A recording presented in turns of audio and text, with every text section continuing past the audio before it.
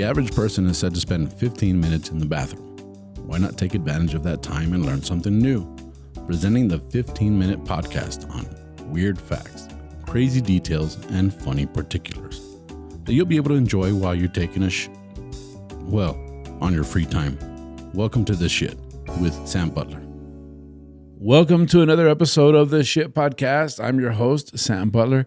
Thank you guys very much for joining me. I want to thank everyone who came out to my show at the El Paso Comic Strip, all the fans from the podcast. It was wonderful to see you guys there. It was great to take pictures. It was great to hang out. Thank you for coming out. We'll let you know when we have another show. I want to thank everybody who's on our official page on Facebook, Los Cagadienses. That's right. Thanks for all the memes, all of the comments, all of the positive energy that you guys are putting out there. I really, really appreciate it from the bottom of my heart. We keep growing. We're growing slowly, but we're growing. So thank you guys for everything. I want to start this episode out now, and I want to talk about something that I found a lot of weird facts about. It's nothing too crazy, but I always had this curiosity as far as this particular instrument, because you see this instrument all the time here in Mexico, and you see it in the United States as well.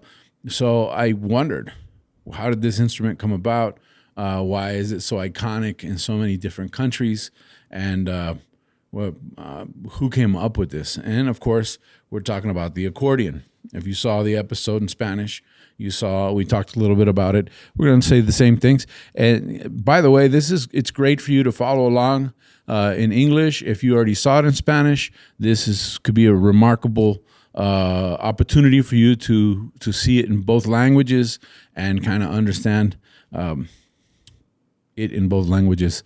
And, that's part of our goal here at the podcast, is to help people that are wanting to learn English, learn a little bit more English, and people who want to speak better Spanish, like myself, to do it in Spanish. So this episode about the accordion we just did in Spanish last Friday. So you can go ahead and check it out. If you haven't checked it out, you can listen to it and back and forth. But anyways, that's enough of that. We can get to the actual episode. I want to talk about the accordion. The accordion is credited to a lot of different people. And it's one of those things that when I was looking, it seemed like every article I read said a different person was responsible for the invention of the accordion. And I think there's some confusion as to that, because some of the articles will say that so-and-so patented that instrument in such a date. Others will say so-and-so developed a similar instrument. Others will say the modern accordion, the accordion we know today, it was invented by a guy in Vienna, for example. The truth is that the basic blueprint for the accordion wasn't so much a piano, even though it has piano keys, and you would think that it was based on a piano. It's not really based on a piano. It was more based on a harmonica. Now, the guy who is credited for inventing the harmonica and subsequently the accordion is a guy by the name of Christian Friedrich Ludwig Bushman. So Bushman had this idea of taking a harmonica that you would normally have to blow notes into or blow air into to get the notes, better said. He said, well, what if you didn't have to blow the air with your mouth? That would free up your mouth and allow you to sing and accompany the music. And it also would allow you to perform solo. It would allow you to play another instrument that had a wide range of sounds. So taking the idea of the harmonica, implementing it into an instrument that has a baffle system that you open and close with your arms, creating positive wind flow, allows you to create music. Now, the music coming out of the accordion comes out through a system of reeds, like you would have in a harmonica or in some of the reed instruments, like you would have in a clarinet or a saxophone or something like that, where you actually have a piece of bamboo and it's a reed, and it creates vibration, and that the air passing through it creates the sound. So now you have a system of where you use both of your hands. You have a baffle in the middle, and you're able to close and open different orifices that are carved into this, and allow the wind to come through the system of reeds, creating the sound. The accordion became extremely popular because it was affordable, and that was very appealing to people that were musicians that were of low income. As a matter of fact, it was considered the poor man's piano, because although the early versions of the accordion didn't have the piano keys, they actually had buttons on both sides. It was played very similar to the piano, and this allowed these guys to be street performers. It allowed them to go out and create music without needing a lot of different instruments. The accordion is so versatile that it creates so many different tones and sounds that you could actually create music. As a matter of fact, it was so versatile that when it actually came to the Americas, it was considered a self-taught instrument. You could teach yourself how to play this instrument by following a key on the instruction manual and understanding what the notes were and understanding where your fingers and positions of your fingers would go. And this was all it really took for you to learn how to play this instrument. Now, I know from some of my friends that are musicians and that play this instrument, it's not that simple, but it was a big marketing tool when it came to America. A little bit about the history. Like I said, in 1822, Christian Friedrich Ludwig Bushman transformed a harmonica into an accordion. And then in 1818, and I have this information here. I want to get this right, because it's one of those things that everybody argues about, right? But the actual patent, the very first patent for the accordion, was done in 1818. Let me see. I lost the... by...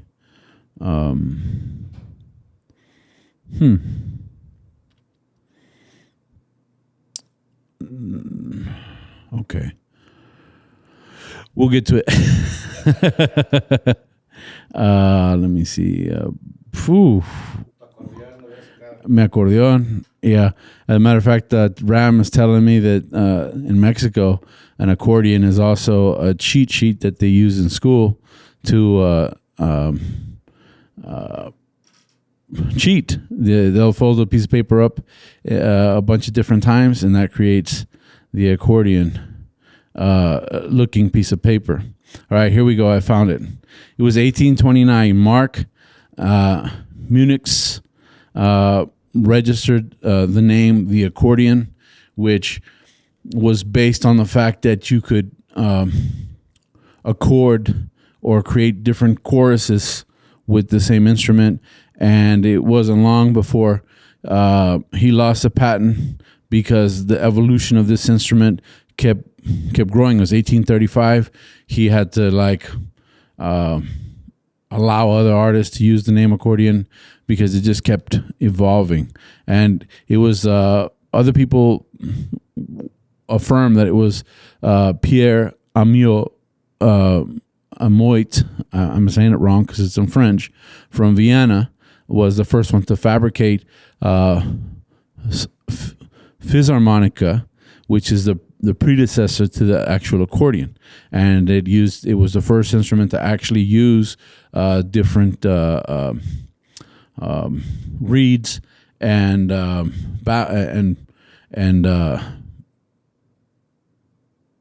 buttons to get the specific sounds.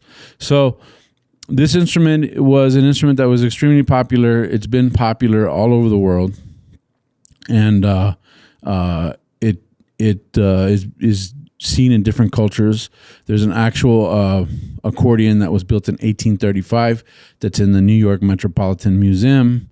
It was made in Great Britain, 1835. It was made of paper It was made of balsa and different types of wood. And there's an example of this. So we see that as early as 1835, there's examples of accordions. It was considered the poor man's piano, and there's actual paintings, for example, Russian paintings of people dancing in the streets that are also in different museums. In Russia, they would use it for cabarets or circuses or cafes. It became very, very, very popular amongst the gypsies traveling around the world. So we see that that's one of the reasons why it probably got spread out so far, because it was something that it was known because it had a very good acoustic value in open spaces. It was, you could play with both hands and you didn't have to use your mouth to create the sound. It wasn't until 1841 when Juan Moreno constructed he was in Madrid, Spain. He constructed the first accordion with a range, melodic range of 2.5 scales. I'm not sure what this means as far as music is concerned, because I'm not a very musical person. I just thought it was a very interesting that, 1822 to 1841, so in a span of about 20 years, they were able to create double the range, is what I'm assuming. And I'm assuming it's like in a piano when you're playing with one hand certain chords, you're playing with the other, you're creating 2 scales. If I'm wrong, correct me, but that was 1841. I'm curious. I'm curious to see what you guys know about accordions. So please feel free to comment in the comment section and let me know what I'm missing. I just thought it was extremely interesting that this instrument is so international. And for example, in Glasgow, Scotland, they created the International Day of the Accordion. That's for 1829, the day that it was patented. So they have the international. It was 2009. They had a meeting, the 120th meeting, the Assembly General of the delegates of the International Confederation of Accordionists. Maybe I'm saying it wrong, but 30 different countries voted on it, and they decided that this was a good day to actually have the International Day of the Accordion. And it was based on the day that it was invented by Cyril Demian from Vienna. So the International Accordion Association says Cyril Demian from Vienna was the guy who originated, and I believe he was Armenian, but he was from Vienna, and so he gets the credit for being the guy that developed the accordion. Something that's not very well known is the history of the accordion with women. I found a very interesting fact that said that the very first registered occurrence of a woman and an accordion was that of Louise Reisner, and she had the first play that was published for the instrument, and it was Thème varié très brillant in Paris in 1836. So 1822 to 1836, all of a sudden there's a play, and it includes the accordion, and it's a woman, and that was something that is the first official recognition of a woman accordionist. And it's very interesting. It's one of those things that I thought, wow. I always thought it had to do with Polish and the polka, and I thought for sure that's where it came from. But as we can see, it's so international. It's come from so many different places. I was wondering, what's the most expensive accordion out there? Well, I found some information as far as that, and the most expensive accordions are actually made in Lombardy, Italy, of all places. And there's 2 well-known factories. One of the factories is Gino Pigini. He started fabricating custom-made accordions, handmade. Not only are they handmade 100%, but they're made to fit the player. And those accordions can go for about $30,000. And you can find those in the United States, Canada, Switzerland, Denmark, Egypt, Pakistan. And those are some of the places that they ship to. And it's a $30,000 accordion. But the actual Stradivarius of the accordions is by Gola Hohner. That's Hohner, Hohner. And they're saying that this is the top of the line, also 100% custom made, and they range about 40,000 euros in price, somewhere in between 30 and 40,000 euros. So if you're really into accordions, you can buy accordions for $30,000 to $40,000. But the weirdest fact or the shit fact on this, the royal flush, as you can say, is what I found out is that this instrument isn't necessarily German. It isn't necessarily Latin. It actually originated from an instrument in China that was invented around 551 to 479 BC, known as the sheng. The sheng is a Chinese free reed mouth organ and is played by blowing through a mouthpiece at the side, and it's got that East Asian origin, and it's very similar. And it also makes me think of bagpipes. Maybe the bagpipes and the accordion are related somehow. I don't know, but I do know they're reeded instruments. And with that, I thought that was the shit, that it actually came from China. And it was used, for folk song, solo instrument, and in operas. So with that, we wrap up this episode of the Shit Podcast. I hope you enjoyed it. It's the episode about accordions. And keep playing if you're playing. If you guys have some more information, I totally butchered the information because there's so much information all over the place as far as this instrument is concerned. But I appreciate you guys tuning in. And with that, we wrap up this episode of the Shit Podcast.